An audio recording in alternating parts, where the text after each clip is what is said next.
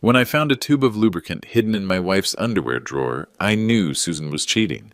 When I discovered it was with Derek, our daughter's husband, my world collapsed. Susan wasn't just a cheating wife.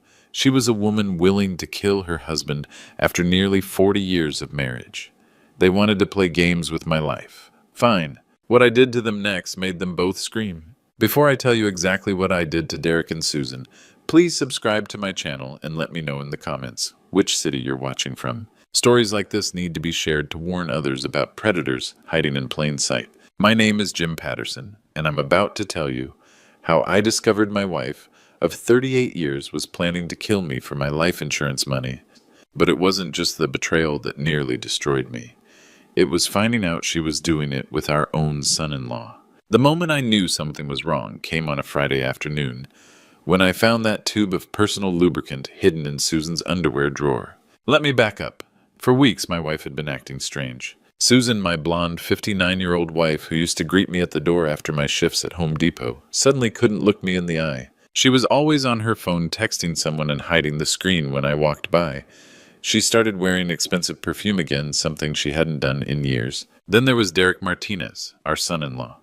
The 33-year-old landscaper, married to our daughter Jessica, had been showing up at our Tampa home constantly, always with excuses. He needed tools. He wanted to check the sprinkler system. He was worried about our palm tree. But Derek only came when I was supposed to be at work late. That Friday, I came home early with a migraine and found Derek's white pickup truck parked across the street. I walked quietly into our house and heard voices from the kitchen. Susan's laugh, but different, younger, flirtatious. "You're terrible," I heard her say, followed by Derek's deep chuckle. When I walked into the kitchen, Susan jumped up so fast her chair scraped the floor. Derek was leaning against my counter, drinking coffee from my favorite mug, looking perfectly relaxed. "Jim," Susan's voice was too bright. "You're home early?" Derek flashed his easy smile. "Just checking that irrigation system, Jim. Noticed some brown spots on your lawn." The explanation was reasonable, but something felt wrong. Susan's flushed cheeks. The way they'd both startled when I appeared. The intimate way they'd been talking. Derek left quickly, but I caught the look that passed between them. It lasted only a second, but it was loaded with meaning. The kind of look that said they'd continue their conversation later. That night, Susan was unusually attentive. She made my favorite pot roast and kept asking about my headache. Her kindness should have comforted me, but it felt performative, like she was overcompensating for something. The next morning, Susan was still asleep when I got up to find my reading glasses.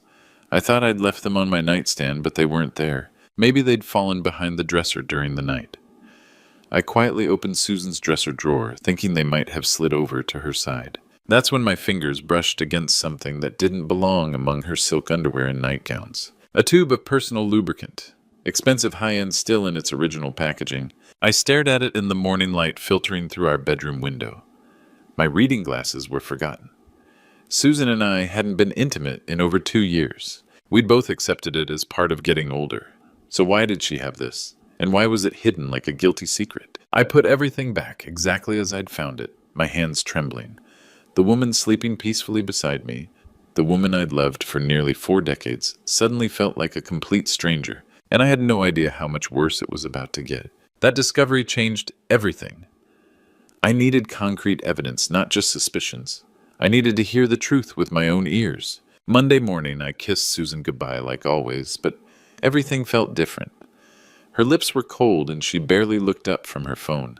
As I drove to Home Depot, my mind was already working on a plan. 20 years in retail management had taught me about security systems and surveillance equipment. During lunch, I drove to Radio Shack and bought a small digital voice recorder with voice activation technology. The kind that could record for hours without being detected. "Planning to record some lectures, sir?" the young clerk asked. "Something like that," I replied, paying cash. That afternoon, I called Susan. "Hey, honey, I'm working late tonight. Inventory in the garden center." "Oh, okay," she said, and I caught relief in her voice. "I'll just heat up leftovers." "Don't wait up. This might take until 10. At 5:30, instead of heading home, I parked 3 blocks away and walked back through our neighborhood. I felt like a spy in my own life, Mrs. Rodriguez waved from her garden, and I forced a smile, wondering if she knew something I didn't. I entered through our back door, moving quietly. The house felt different when I thought Susan was hiding secrets. Every creak sounded amplified. Every shadow seemed suspicious. I could hear the shower running upstairs. Susan was getting ready for something. Working quickly, I found the perfect spot behind our living room bookshelf, tucked between photo albums we never looked at. The device was small enough to hide completely. I tested it once, whispering, testing, and playing it back. Crystal clear. My hands shook as I set it up. In 38 years of marriage, I'd never spied on Susan, but finding that lubricant had shattered something fundamental. The shower stopped. I quickly positioned the recorder and headed to the kitchen, grabbing water to explain my presence. "Jim," Susan called from upstairs. "Is that you?" "Yeah, just getting some water. Forgot my bottle." "I thought you were working late." "I am, just stopped by quick." When she came downstairs, she looked stunning. Makeup-styled hair, a dress I hadn't seen in months. She looked like she was going on a date. "You look nice," I said. "Going somewhere special?" She blushed. "Just meeting girlfriends for dinner. Nothing fancy."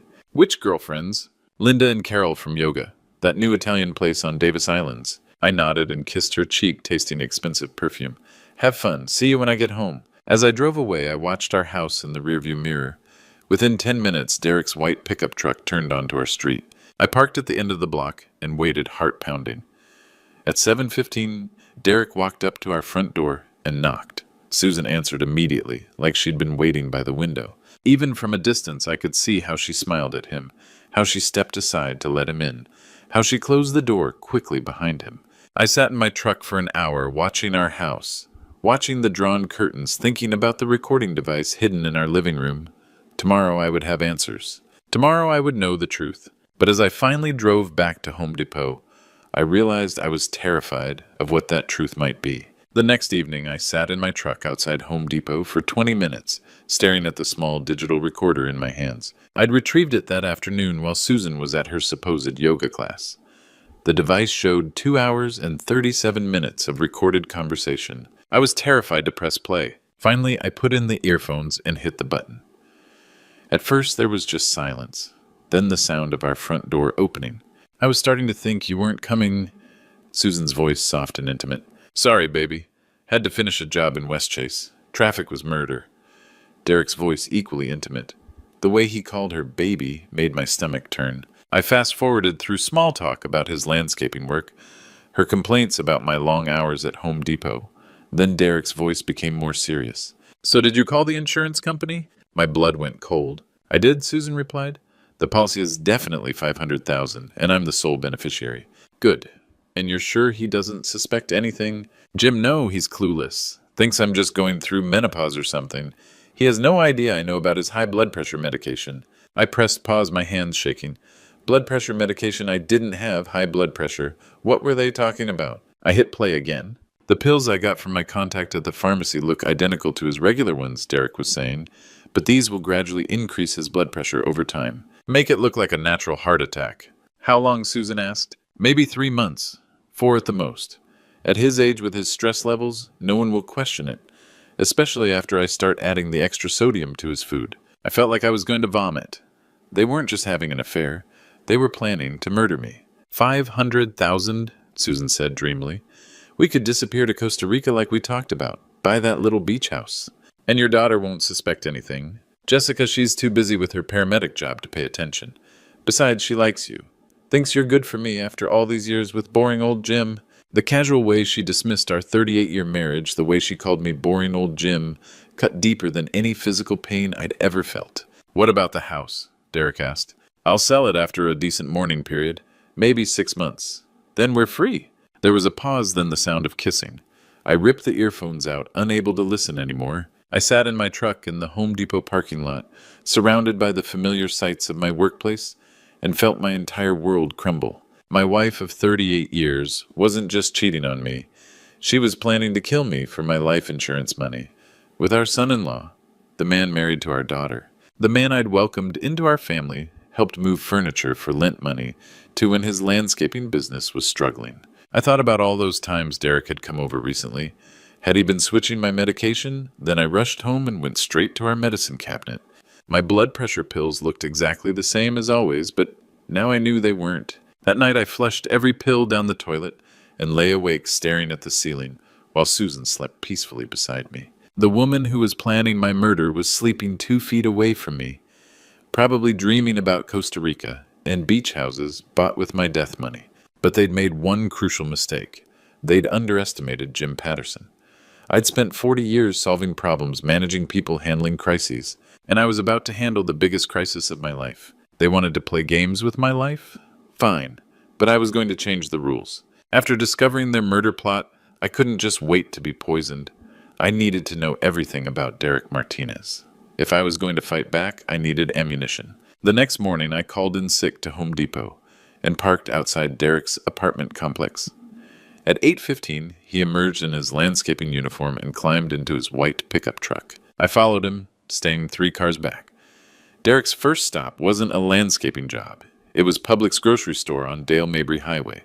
He went inside for 20 minutes and came out with a small bag, shopping like he was buying for someone else. From Publix, Derek drove to Palmaquia, an upscale neighborhood. He pulled into the driveway of a beautiful Mediterranean house with perfect gardens. I parked down the street and watched through binoculars. A woman answered the door. Older, maybe early 60s, silver hair, expensive clothes. She hugged Derek intimately, not like a client greeting her landscaper. The hug lasted too long. Her hand lingered on his chest. Mrs. Elena Rodriguez, our neighbor from 3 houses down. Derek carried the grocery bag inside and didn't come out for over an hour. When he emerged, his hair was messed up and his shirt wrinkled. Mrs. Rodriguez stood in her doorway wearing a silk robe, waving goodbye with the same dreamy smile I'd seen on Susan's face. My stomach dropped. Derek wasn't just cheating with my wife. He was running an operation. I followed him to Hyde Park, where another older woman, maybe late 50s, greeted him with intimate familiarity. Then to Westchase, where a third woman, probably 65, practically pulled him inside. By noon, I'd watched Derek visit 4 different women, all older, all wealthy, based on their neighborhoods. At each location, he stayed 45 minutes to an hour. At each location, he emerged looking like he'd just had sex. Derek Martinez wasn't just a landscaper. He was a professional gigolo, targeting older women with money. I sat in a McDonald's parking lot, processing what I'd witnessed. Derek was systematically seducing wealthy women in their 50s and 60s, but why? The answer hit me like a punch. Susan wasn't special. She wasn't the love of Derek's life. She was just another mark in his sugar mommy hunting operation. Another lonely older woman with assets to exploit. But Susan was different. Susan had a husband with a $500,000 life insurance policy. Susan had a husband who could be murdered to make Derek rich enough to disappear forever. That afternoon, I drove to Mrs. Rodriguez's house and knocked. She answered in the same silk robe, cheeks still flushed. "Jim, what brings you by?" "Elena, I need to ask you something. Are you involved with Derek Martinez?" Her face went white, then red. "What do you mean?" "I saw him here this morning. Elena, Derek is married to my daughter, and he's having an affair with my wife. You're not the only one." She staggered backward, gripping the doorframe. "That's impossible. Derek loves me. He's going to leave his wife." "Has he asked you for money? Access to your accounts?"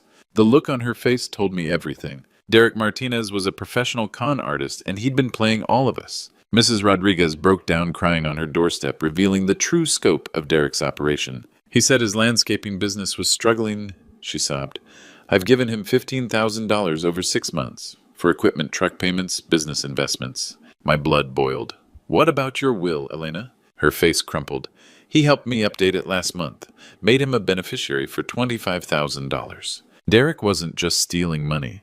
He was positioning himself to profit from their deaths. Over the next 2 days, I investigated Derek's other victims. What I discovered was a systematic con game running for at least 2 years. Margaret Chen in Hyde Park had given Derek over $30,000 for various emergencies. Derek promised to marry her while slowly bleeding her dry. Patricia Williams in Westchase had been paying Derek's rent for 8 months. She thought they were living together, but Derek convinced her he needed his own place for business. Linda Foster in South Tampa had bought Derek a new truck as an engagement gift. Derek promised to propose on her 70th birthday. Each woman thought she was Derek's only love. Each woman was being financially exploited. Each had been manipulated into changing legal documents in Derek's favor. But Susan was the biggest prize. Susan wasn't just giving money. She was helping commit murder for $500,000. Derek had researched his targets carefully. Lonely widows and unhappy wives with significant assets. Women whose husbands were either dead or could be made dead. I estimated he'd stolen over $100,000, with potentially millions more in inheritance money if his plan succeeded. That's when I made my decision. This couldn't just be about revenge on Susan and Derek for trying to kill me. This had to be about protecting all of Derek's victims and ensuring he could never hurt another woman. Derek thought he was smart, targeting older women he assumed were vulnerable. But he'd made one crucial mistake. He'd targeted the wrong man's wife. I'd spent my career solving problems and managing crises. I knew how to plan, execute, and permanently resolve problems. Derek wanted to play games with people's lives. Fine. I was going to end his game once and for all. The plan forming in my mind was elegant in its simplicity. Derek had used intimacy as a weapon against these women. I was going to use that same intimacy to destroy him. Publicly. Humiliatingly. In a way that would expose his crimes to everyone and ensure he could never victimize another woman. Susan thought she was going to be rich. Derek thought he was going to disappear to some tropical paradise with stolen money. They were both wrong. I was going to make sure the whole world saw exactly what kind of monsters they really were, and I knew exactly how to do it. That night I sat in my garage workshop surrounded by tools and supplies, my mind working like the problem-solving machine it had been for 40 years. Derek and Susan wanted to destroy me, fine, but I was going to destroy them first, and I was going to do it in a way that exposed their crimes to the entire world. The plan had to be perfect. It had to be public, and it had to ensure that Derek could never hurt another woman. My years managing Home Depot had taught me about chemicals, adhesives, and industrial supplies. I knew exactly what I needed, and I knew how to get it without raising suspicion. The centerpiece of my plan was elegantly simple. Derek and Susan were using intimacy as their weapon. I was going to turn that weapon against them. They wanted to be together. I was going to make sure they were stuck together, literally. Industrial super glue, the kind we use for heavy construction projects at Home Depot. Once it bonded, it required professional medical intervention to separate. It would be painful, humiliating, and impossible to hide. But the glue was just the beginning. I needed to ensure maximum public exposure. I needed witnesses. I needed emergency responders. I needed the entire neighborhood to see what Derek and Susan really were. The smoke detector plan came to me while I was reviewing our store's fire safety protocols. A triggered smoke alarm would bring the fire department, and if there were sounds of people in distress, they'd break down doors to save lives. My daughter Jessica was a paramedic supervisor. There was a good chance she'd be on the responding team. This was the part that made me pause. Jessica would have to see her mother and her husband in the most humiliating situation imaginable. She'd have to witness the destruction of her marriage and her family in the most public way possible. But Jessica was also Derek's victim. She deserved to know what kind of man she'd married. She deserved to know that her husband was a predator who'd been planning to destroy our family. I spent the weekend gathering supplies. Industrial superglue from our warehouse. A Bluetooth speaker small enough to hide but loud enough to simulate screams for help. Smoke detector batteries and a remote trigger system I built using electronics knowledge from my early days in retail. The hardest part was getting access to Susan and Derek's meeting place. But I'd been watching their pattern for weeks. They always used our house when I was supposedly working late. They felt safe there, comfortable, careless. That carelessness was going to be their downfall. I tested every component of my plan. The smoke alarm would trigger. The Bluetooth speaker would broadcast sounds of distress. The fire department would respond. They'd break down the door to save lives. They'd find Derek and Susan stuck together with industrial adhesive, unable to separate, unable to hide, unable to deny what they were doing. The beauty of the plan was its simplicity. I wouldn't have to confront them directly. I wouldn't have to prove anything in court. The evidence would be literally stuck to their bodies. The entire neighborhood would witness their humiliation. Derek's other victims would see him for what he really was. But most importantly, Jessica would know the truth.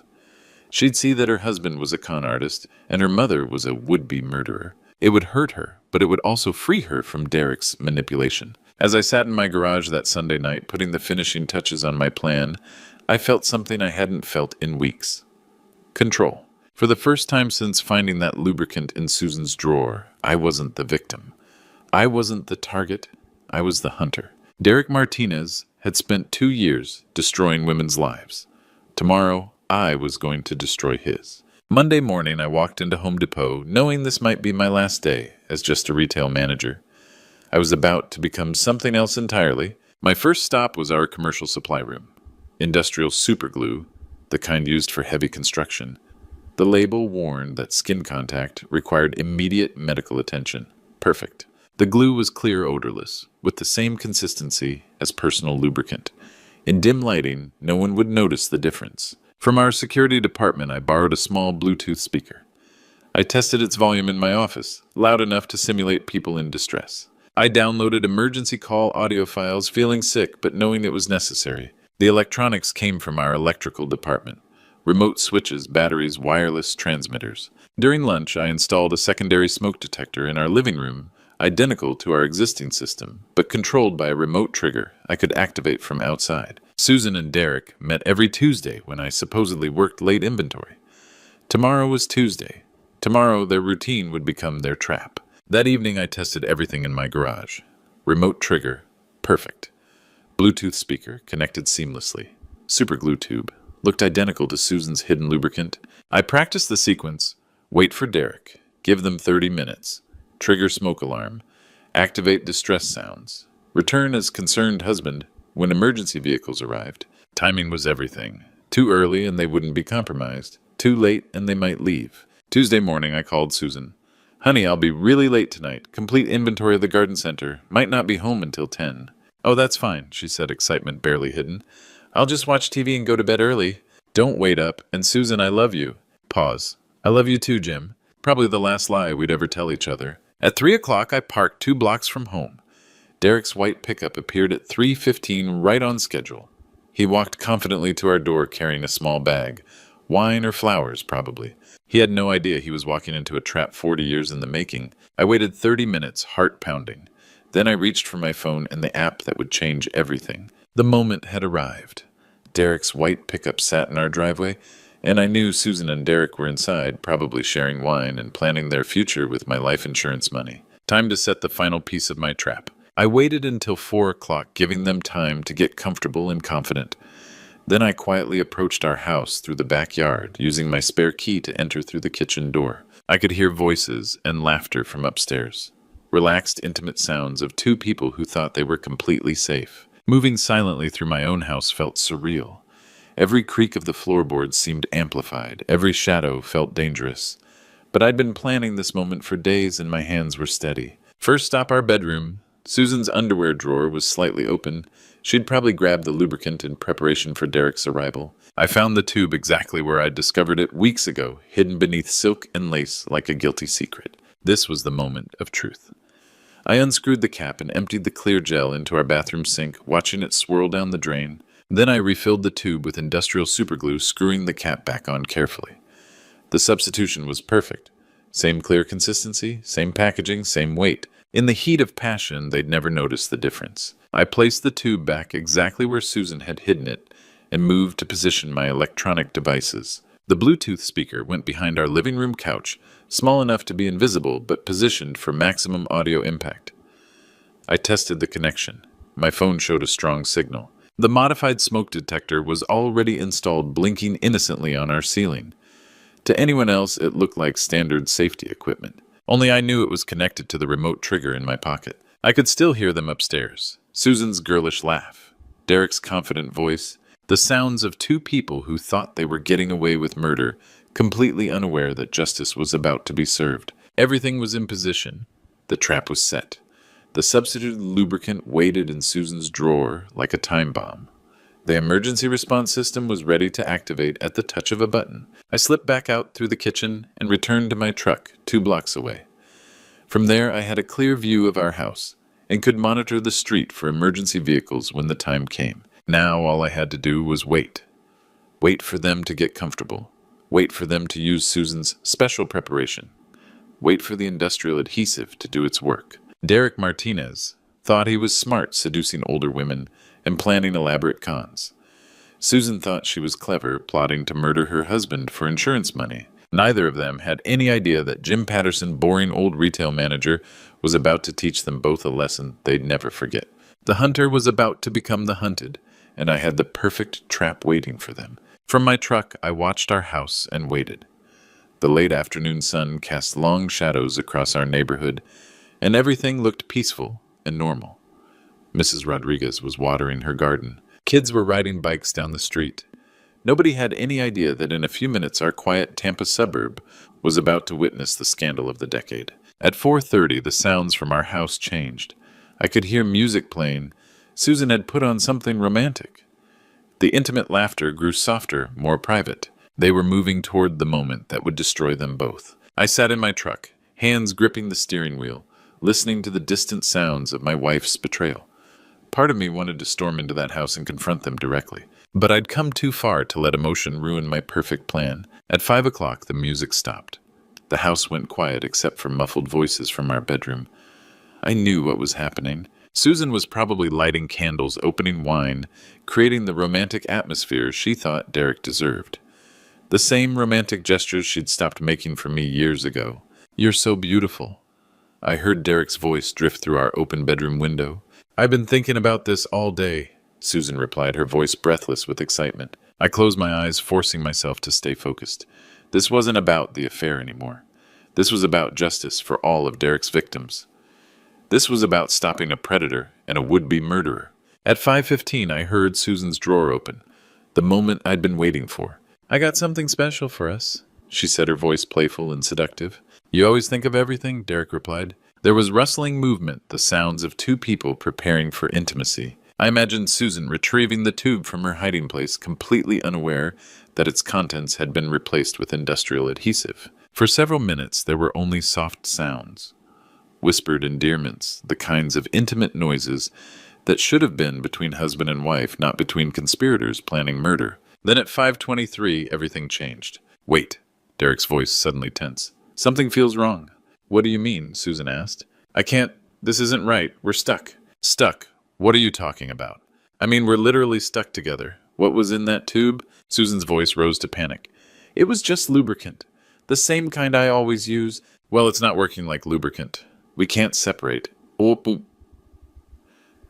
I could hear them struggling, their voices escalating from confusion to fear to outright panic. The industrial superglue was doing exactly what it was designed to do, creating an unbreakable bond that would require professional medical intervention to dissolve. "Do something!" Susan screamed. "I'm trying, but every time I move, it gets worse. This can't be happening. This can't be happening." Their panic was music to my ears.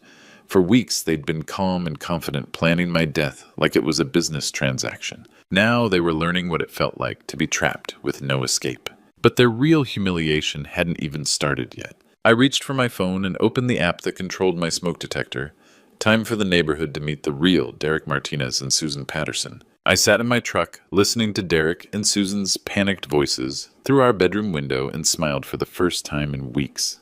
The industrial superglue was working perfectly. Now it was time for the real show to begin. I opened the app on my phone and pressed the button that would change everything. Immediately, the modified smoke detector in our living room began shrieking.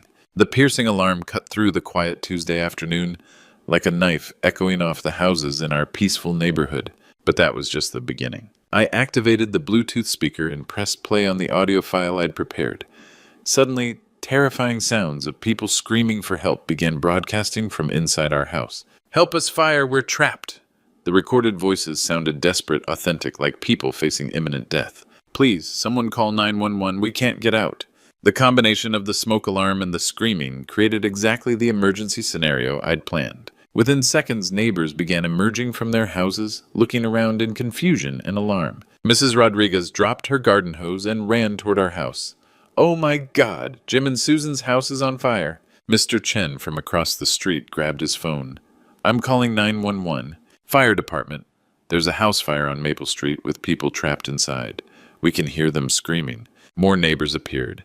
Mrs. Williams from 2 doors down, the Johnsons with their teenage kids, old Mr. Foster walking as fast as his cane would allow. Within minutes, half the neighborhood was gathered on our front lawn, staring at our house with expressions of horror and concern. The beautiful irony was that Derek and Susan could hear everything happening outside, but they were in no position to call for help or explain their situation. They were literally stuck together in our bedroom, probably trying desperately to figure out how to get dressed and separate before anyone discovered them. "Where's the smoke?" Mrs. Rodriguez asked, looking at our house. "I don't see any flames." "Maybe it's just starting," Mr. Chen replied. "But listen, you can hear people screaming inside." The recorded distress calls continued broadcasting from my hidden speaker, creating the perfect illusion of a fire emergency with trapped victims. I'd even included sounds of coughing and choking to make it more realistic. From my truck, I could see Derek's pickup in our driveway. The neighbors were starting to notice it too. "Whose truck is that?" Mrs. Williams asked. "Isn't that Derek's?" Mrs. Rodriguez said slowly. "Jessica's husband? What would he be doing here when Jim's at work?" I could practically see the pieces clicking together in their minds. The neighbors who'd always thought Susan and Derek were just friendly in-laws were starting to realize there might be more to the story. That's when the sirens began. First one, then two. Then what sounded like half the Tampa Fire Department racing down our street. Red trucks, ambulances, police cars. The full emergency response I'd orchestrated. And leading the convoy was Rescue Unit 12. Jessica's unit. I watched my daughter jump out of the passenger seat, her paramedic supervisor uniform crisp and professional, her face focused and determined. She had no idea she was about to walk into the most devastating moment of her life. "What's the situation?" Jessica called out to the crowd of neighbors. "House fire with people trapped inside," Mr. Chen shouted back. "We can hear them screaming." Jessica's training took over. She began directing her team toward our front door while the fire department prepared their equipment. She looked completely professional, completely in control. She had no idea that in about 30 seconds she was going to discover her husband and her mother naked and glued together in her childhood bedroom. I started my truck and began driving slowly toward our house, ready to play my role as the shocked and concerned husband who'd just arrived home to find his house surrounded by emergency vehicles. The trap was sprung, the audience was assembled, and the show was about to begin. Jessica stood at our front door, her paramedic training taking complete control. She'd responded to hundreds of emergency calls, but never to her own childhood home. "Fire department, we need entry now," she called to Captain Morrison. "We have confirmed voices inside possible smoke inhalation victims." The sledgehammer crashed against our front door, splintering the wood. Jessica led her medical team inside, while firefighters followed with equipment and hoses. "Hello, fire department!" Captain Morrison's voice boomed through our house. "Where are you? Call out if you can hear us." Jessica moved through our living room with professional efficiency, checking for smoke, looking for victims. The house seemed normal. No visible fire, no smoke. But the distress calls had been clear. From upstairs came Derek's muffled, desperate voice. "Up here, bedroom. We need help." Jessica's head snapped up. That voice was familiar. Too familiar. "Second floor, master bedroom," she called to her team, taking the stairs 2 at a time. She reached our bedroom door and knocked hard. "This is Tampa Fire Rescue. Are you injured?" "We need medical assistance," came Derek's strained voice. "There's been an accident." Jessica turned the doorknob and pushed open the door to her childhood bedroom. What she saw made her freeze completely. Derek, her husband Derek, was in bed with Susan, her mother Susan. They were both naked, clearly panicked, and somehow physically connected in a way that made no sense. For a moment, Jessica's mind simply couldn't process what she was seeing. Her professional training told her these were two people in medical distress. Her personal reality told her this was impossible. "Jessica?" Derek's voice was barely a whisper. "I can explain. We're stuck," Susan said, not meeting her daughter's eyes. "Something went wrong with... We can't separate." Jessica stood in the doorway, her medical bag in one hand, her radio in the other, staring at the two people who had just destroyed her entire world. Behind her, Captain Morrison appeared. "What's the situation?" Jessica's voice failed her. For the first time in her career, she couldn't speak. Captain Morrison looked over her shoulder, and his expression changed immediately. "Oh, hell, this is a medical situation." Jessica's training finally kicked in, overriding her personal shock. She stepped into the room, her voice becoming coldly professional. "We need acetone and medical adhesive remover from the ambulance," she called down to her team. "Bring skin separation equipment and pain management supplies." Derek tried to reach for her. "Jessica, please listen to me." She stepped back, avoiding his touch. Don't talk right now." Susan was crying, but Jessica couldn't tell if it was from physical pain or emotional distress. Maybe both. "How long have you been like this?" Jessica asked her medical training, forcing her to gather information. "About an hour," Derek replied. "We tried everything. We can't move without severe pain." Jessica nodded curtly and spoke into her radio. "This is Unit 12. We need additional medical support for adhesive extraction. 2 patients conscious and alert." As her team brought up the medical supplies, Jessica worked with mechanical precision. She'd separated people from industrial adhesives before. workplace accidents, pranks gone wrong, but never her own mother and husband. The irony wasn't lost on her that she was literally pulling apart the two people who had torn her family apart. While Jessica worked upstairs to separate Derek and Susan, I played my role perfectly outside. The crowd of neighbors had grown larger, and word was spreading through our Tampa suburb like wildfire. "I just can't believe this," Ms. Rodriguez whispered to Mrs. Williams. "Susan and Derek right under Jim's nose. That poor man." Mr. Chen shook his head, looking at me with sympathy. 38 years of marriage. I stood among them, the picture of a devastated husband whose world was crumbling. "I don't understand any of this," I said, my voice breaking just enough to sound authentic. "Derek's been helping with yard work for months. Susan said they barely spoke to each other. Sometimes the people closest to us are the ones hiding the biggest secrets," old Mr. Foster said, patting my shoulder sympathetically. More neighbors arrived every few minutes. People were pulling out their phones, recording everything. By tomorrow morning, this scandal would be all over Tampa social media. "Here they come," someone in the crowd shouted. The front door opened and Jessica emerged. First, her face a mask of professional composure that couldn't quite hide her personal devastation. Behind her, two paramedics wheeled out a stretcher. Derek was on it, covered by a white sheet, but his face visible and bright red with humiliation. He couldn't look at anyone in the crowd, especially not at me. The neighbors pressed closer, everyone trying to get a better view. Camera phones flashed from every direction. "Derek Martinez," Mrs. Rodriguez called out loudly. "How could you do this to Jessica, to this family?" Derek turned his face away, but there was nowhere to hide. The entire neighborhood was witnessing his ultimate walk of shame. A second stretcher appeared with Susan also covered, but clearly conscious and mortified. She was crying, not from physical pain, but from the devastating humiliation of being caught in the most compromising situation imaginable. "Susan Patterson," Mrs. Williams announced loudly enough for everyone to hear, "I am absolutely shocked after everything Jim has done for you." The crowd murmured agreement, their sympathy clearly with me. I had become the victim, the wronged husband, the man who deserved everyone's support. "Jessica," I called out as the stretchers were loaded into separate ambulances. "What hospital are you taking them to?" She looked at me with eyes full of pain and confusion. "Tampa General, Dad. I'm so sorry. I had no idea this was happening." "None of us did, sweetheart. None of us could have known." As the ambulances pulled away with sirens wailing, I stood on our front lawn, surrounded by neighbors and emergency personnel. The entire street had witnessed Derek and Susan's public humiliation. Captain Morrison approached me. "Sir, for our report, we didn't find any evidence of an actual fire. The smoke detector appears to have malfunctioned." "Maybe they were the ones calling for help," I suggested, "when they got stuck like that." "That's probably it. I'm sorry you had to find out about the situation this way, Mr. Patterson." As the last emergency vehicle drove away, I felt a deep, satisfying sense of justice. Derek Martinez's con game was over. His reputation was destroyed. Every woman in Tampa would soon know exactly what kind of predator he really was. And Susan. Her betrayal was now public knowledge throughout our entire community. Perfect. 2 hours later, I sat in Tampa General's waiting room, playing the concerned husband perfectly. The emergency staff whispered about the unusual case. Two people glued together wasn't something they saw daily. Jessica appeared emotionally drained, but still in her paramedic uniform. She sat beside me silently. "How are they?" I asked, putting my arm around her. "Physically fine," she said quietly. "Doctors used acetone and solvents to separate them. Some skin irritation, but no permanent damage." "And emotionally?" Jessica laughed bitterly. "Mom won't look at me. Derek keeps trying to explain." I squeezed her shoulder. "I'm sorry you had to witness that, sweetheart."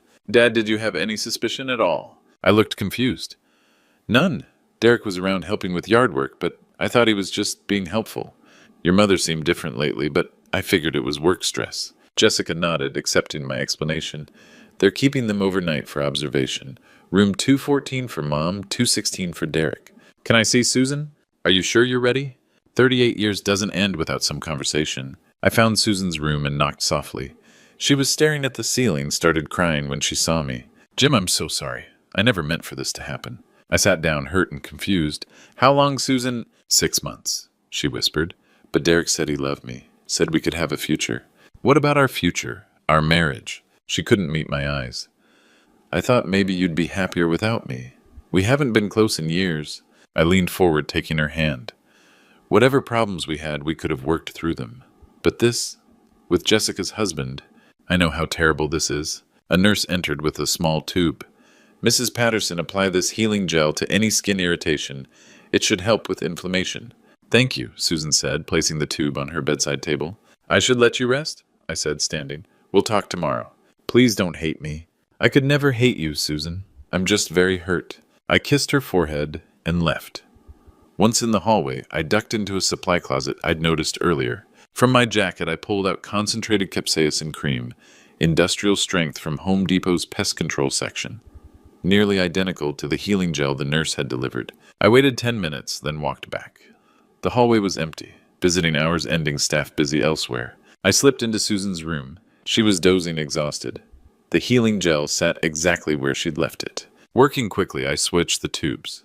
The capsaicin cream looked identical to the medical gel. Susan would never notice until she applied it to her irritated skin. I pocketed the real gel and left silently. Phase 2 was in motion. After switching Susan's healing gel, I wasn't finished yet. Derek deserved the same treatment. I walked down the hall to room 216 and knocked softly. Derek was awake, staring at his phone with a worried expression. Jim, he said, looking up with shame and fear. I don't know what to say. I entered the room, my face showing the perfect mixture of hurt and confusion. Derek, I trusted you. I welcomed you into our family. How could you do this to Jessica, to me? It just happened, he said weakly. Susan and we connected. I never meant to hurt anyone. I sat down in the visitor's chair. Connected. Derek, you're married to my daughter. Susan is my wife of 38 years. Before he could respond, a nurse entered with an identical tube of healing gel. Mr. Martinez, for any skin irritation from the adhesive removal, apply as needed. Derek took the tube and set it on his bedside table. Thank you. And the nurse left, and I continued our conversation for a few more minutes, playing the wounded father-in-law. When I was sure Derek was sufficiently distracted by guilt, I excused myself. I need some air, I said. This is all too much to process. I left his room and waited in the hallway until I was certain no staff were around.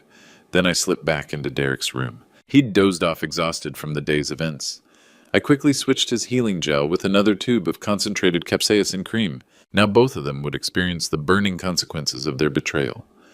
I returned to the waiting area and sat with Jessica, maintaining my role as the devastated family patriarch. An hour after I'd switched both healing gel tubes, I sat in the waiting area with Jessica, maintaining my role as the devastated family patriarch.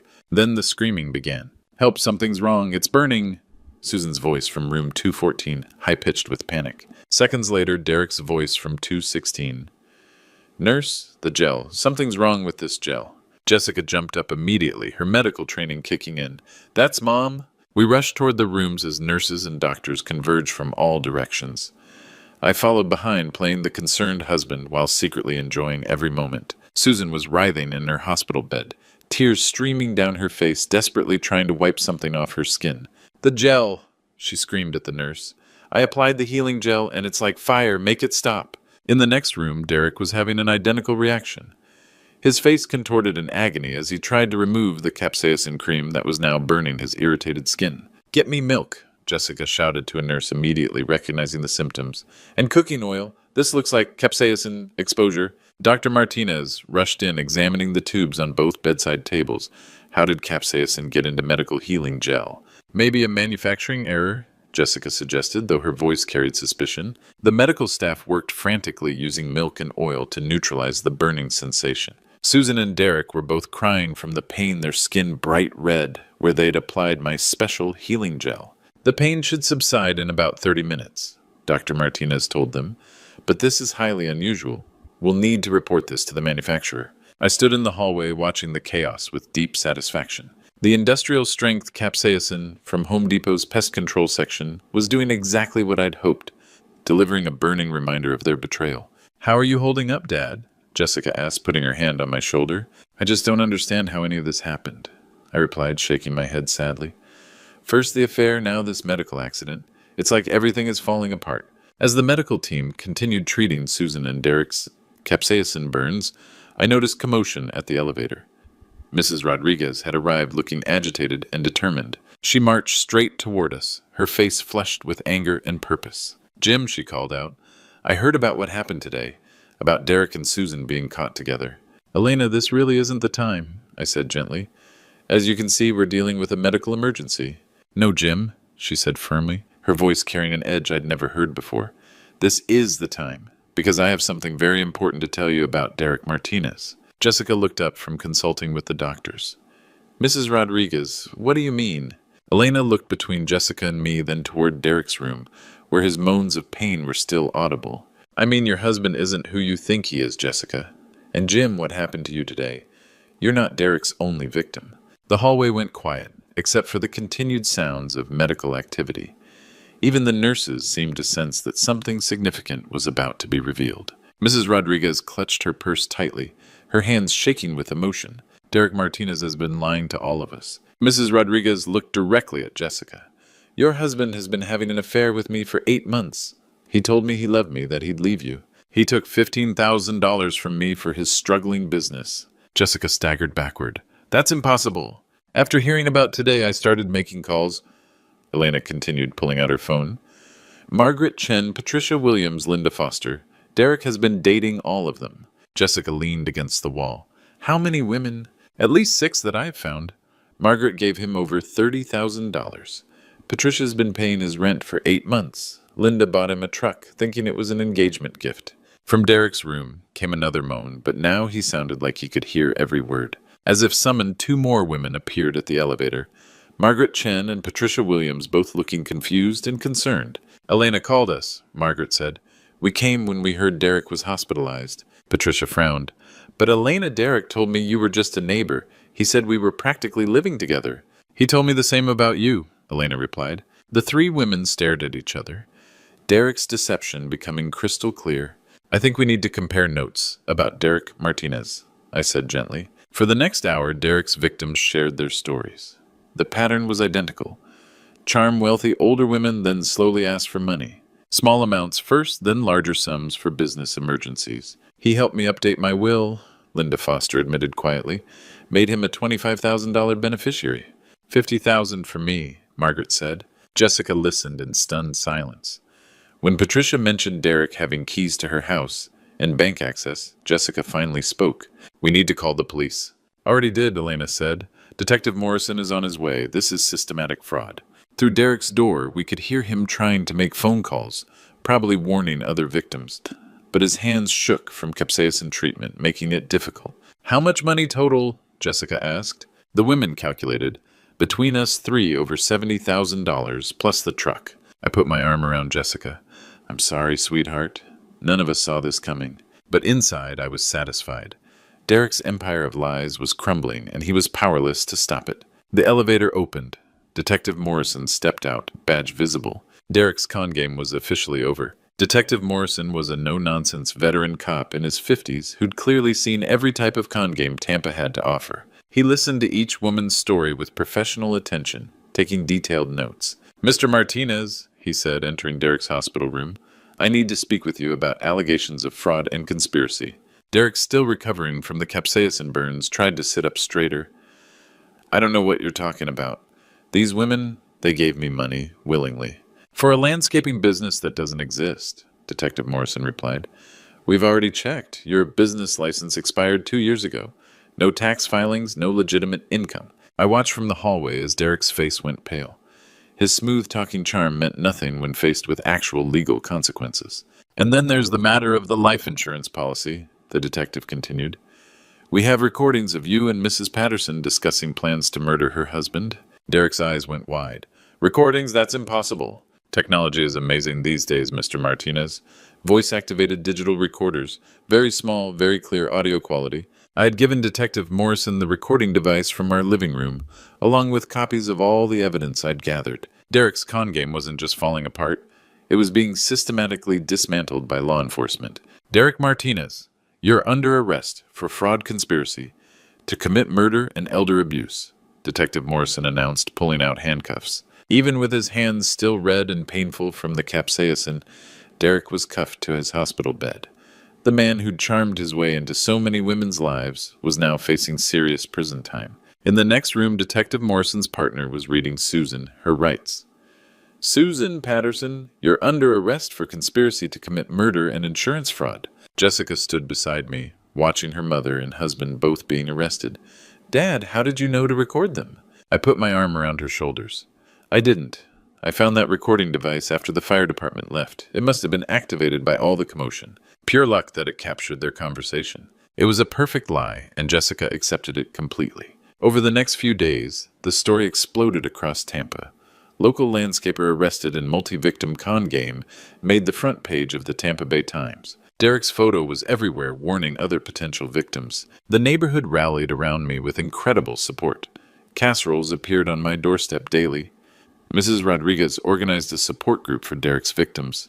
The community saw me as the ultimate victim, a man who'd been betrayed by both his wife and son-in-law. "Jim Patterson is a good man who deserves better," Mrs. Williams told a local news reporter. "What Derek and Susan did to him is unforgivable." Derek was denied bail due to flight risk. The prosecutor found evidence of similar cons in 3 other states, making him a serial predator. He was facing 25 years in prison. Susan was released on bail but had to stay with her sister. I filed for divorce immediately, and thanks to the adultery and conspiracy charges, I kept everything: the house, my pension, my life insurance policy. Most satisfying was watching Derek's other victims get justice. Margaret Chen sued for recovery of her $30,000. Patricia Williams pressed charges for theft. Linda Foster got her truck back. Derek Martinez, the charming sugar mommy hunter, was finished. 2 weeks after the arrests, Jessica moved back home with me. We sat on our front porch one evening watching the sunset over Tampa Bay. "Dad, I'm sorry I brought Derek into our family," she said quietly. "You couldn't have known what he really was, sweetheart. Predators like Derek are experts at deception. I just feel so stupid." "You're not stupid. You're a good person who trusted someone you loved. That's not a character flaw."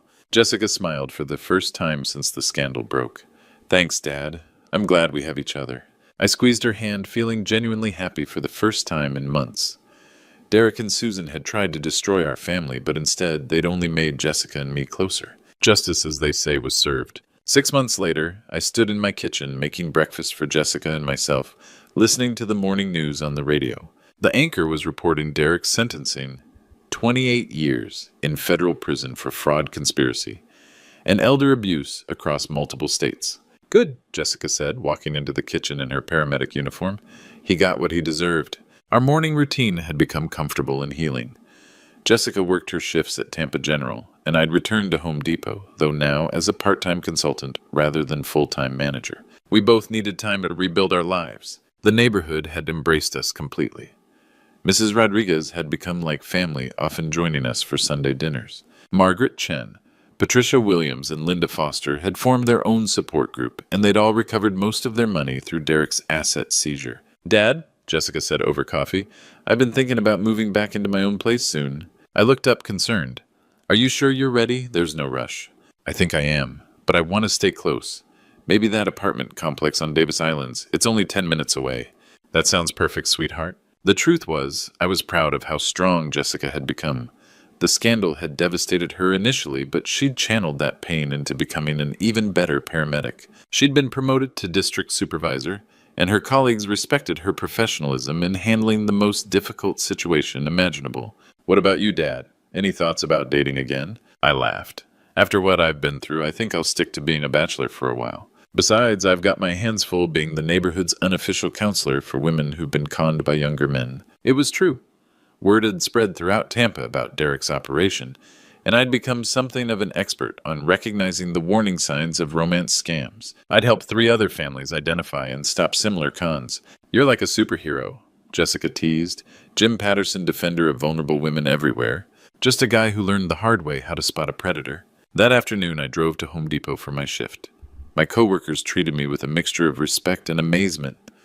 The story of how I'd exposed Derek and Susan had become legendary in our store. "Jim, you're like something out of a movie," my assistant manager Carlos said. "Using industrial superglue to catch cheaters, that's genius." "Just problem solving," I replied. "Same skills I use here every day." But privately, I was proud of what I'd accomplished.